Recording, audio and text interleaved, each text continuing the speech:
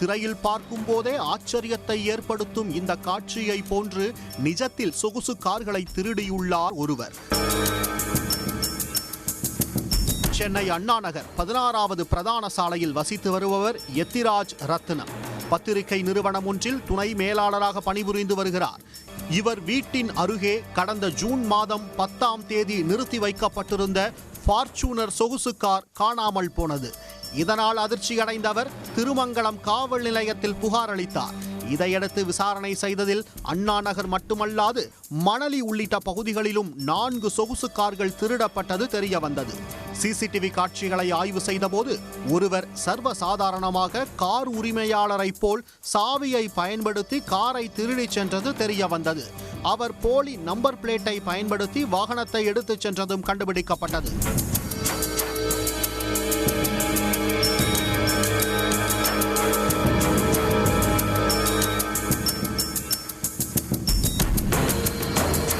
தொடர்ந்து சிசிடிவி காட்சிகளை ஆய்வு செய்தபோது கார் சேலம், கோயம்புத்தூர் போன்ற இடங்களுக்கு சென்று புதுச்சேரி சென்றிருப்பதை போலீசார் கண்டுபிடித்தனர். புதுச்சேரி விரைந்த போலீசார் சைபர் கிரைம் போலீசாரின் உதவியுடன் கார் திருடனை கையும் களவுமாக கைது செய்தனர். அவரை சென்னை அழைத்து வந்து விசாரித்த போது நாடு முழுவதும் தேடப்படும் மிகப்பெரிய கார் திருடனாக சத்யேந்திர சிங் சகாவத் என்பது தெரிய வந்துள்ளது. அவரிடம் நடத்தப்பட்ட விசாரணையில் பல திடுக்கிடும் தகவல்கள் வெளியாகின. கடந்த சில நாட்களுக்கு முன் விமானம் மூலம் சென்னை வந்த சத்யேந்திர சிங் லான்சன் டொயோட்டோ உள்ளிட்ட சொகுசு கார் சர்வீஸ் சென்டர்களை தேடிச் சென்றுள்ளார். குறிப்பாக கோயம்பேடு லான்சன் டொயோட்டோ சர்வீஸ் சென்டரில் சத்யேந்திர சிங் உள்ளே நுழைந்து ஃபார்ச்சூனர் கார் வைத்திருக்கும் உரிமையாளர்களின் பட்டியலை திருடி அவர்களின் வீட்டுக்கு சென்று நோட்டமிட்டுள்ளார். சொகுசு கார்களுக்கு GPS கருவியை பொருத்தி அவை எங்கே செல்கிறது என கண்காணித்து ஆள் நடமாட்டம் இல்லாத நேரத்தில் கார்களை திருடியது விசாரணையில் தெரிய வந்துள்ளது. பிடெக் MBA பட்டதாரியான சத்யேந்திர சிங் கடந்த 20 ஆண்டுகளாக இதே பாணியில் நாடு முழுவதும் கார்களை திருடி வந்துள்ளார். பாலிவுட் நடிகர் சல்மான் கானை கொல்ல முயற்சி செய்த மிகப்பெரிய ரவுடி கும்பலான லாரன்ஸ் பிஸ்னோய் கும்பலுக்கு கார்களை விற்பனை செய்ததும் போலீசார் விசாரணையில் கண்டுபிடிக்கப்பட்டுள்ளது.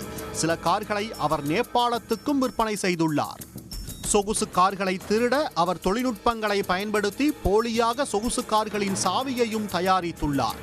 திருடும்போது கார் உரிமையாளர் போல் டிப்டாப்பாக உடையணிந்து கொண்டு சாவியை வைத்து காரை ஓப்பன் செய்து சர்வசாதாரணமாக திருடிச் சென்றுள்ளார்.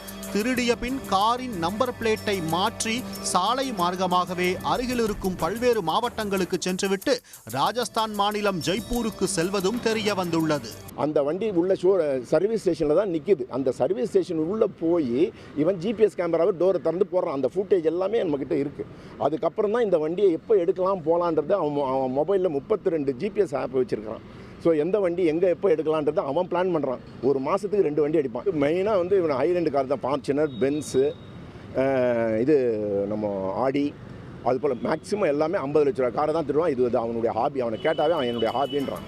சத்யேந்திர சிங் கடைசியாக தெலங்கானா மாநிலத்தில் பிரபல கன்னட தயாரிப்பாளர் மஞ்சுநாத்தின் ஃபார்ச்சுனர் காரை திருடிய போது கைது செய்யப்பட்டார். ஜாமீனில் வெளியே வந்தவர் மீண்டும் தமிழகத்தில் கைவரிசை காட்டியுள்ளதாக போலீசார் தெரிவித்துள்ளனர்.